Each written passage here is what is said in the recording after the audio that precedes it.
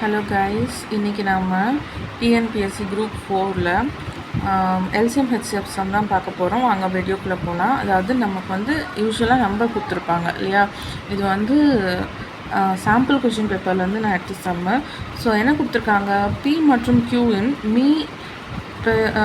Me பேக்கா x மற்றும் Q is equal to XY எனில் பி மற்றும் கியூவின் மீசிம காண்க. அதாவது ஹெச்சிஎஃப் வந்து எக்ஸ்ன்னு கொடுத்துருக்காங்க, அதே போல் நம்பர்ஸ் வந்து பி அண்ட் கியூன்னு கொடுத்துருக்காங்க. அதில் வந்து நம்ம கியூ வந்து XYன்னு கொடுத்துருக்காங்க.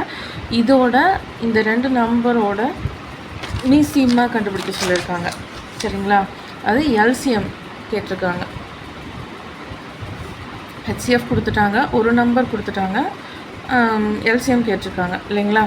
ஸோ இது வந்து நான் வந்து இது ஃபர்தராக இது எப்படி தான் எடுத்துக்கணும். அதாவது இந்த product of two numbers is equal to LCM into HCF, இதுதான் வந்து இதுக்கான ஃபார்மேட்டு. ஸோ வந்து இந்த இதுலேயுமே வந்து ஒரு நம்பரோட வேல்யூ நமக்கு கொடுத்துருக்காங்க. என்ன கொடுத்துருக்காங்க, நல்லா கவனிங்க. ஸோ நம்ம பி நமக்கு தெரியாது, நம்ம கியூ வந்து என்ன கொடுத்துருக்காங்க, XY அப்படின்னு கொடுத்துருக்காங்க. ஸோ கியூக்கு பதிலாக நான் வந்து X இன்ட்டு Y அப்படின்னு சப்ஸ்டியூட் பண்ணிக்கிறேன். ஸோ வந்து எனக்கான ஹெச்சிஎஃப் என்ன கொடுத்துருக்காங்க, எக்ஸ்ன்னு கொடுத்துருக்காங்க இல்லைங்களா, இன்ட்டு LCM மீசிம. ஓகேவா. ஸோ வந்து அடுத்து ஃபர்தராக வந்து நான் என்ன பண்ணலாம், அதாவது P இன்ட்டு XY இப்படியே வச்சுக்கிட்டு இந்த எக்ஸை வந்து ஈக்குவல்ஸ்க்கு இந்த சைடு கொண்டு வரலாம். அப்போது P into XY divided by, அதாவது எனக்கு இந்த எக்ஸ் இந்த பக்கம் வந்தால் ஈக்குவல்ஸ்க்கு இந்த சைடு வந்தால் டிவிஷனில் வந்துடும், மல்டிப்ளிகேஷனில் இருக்கிறது டிவிஷனில் வந்துடும்.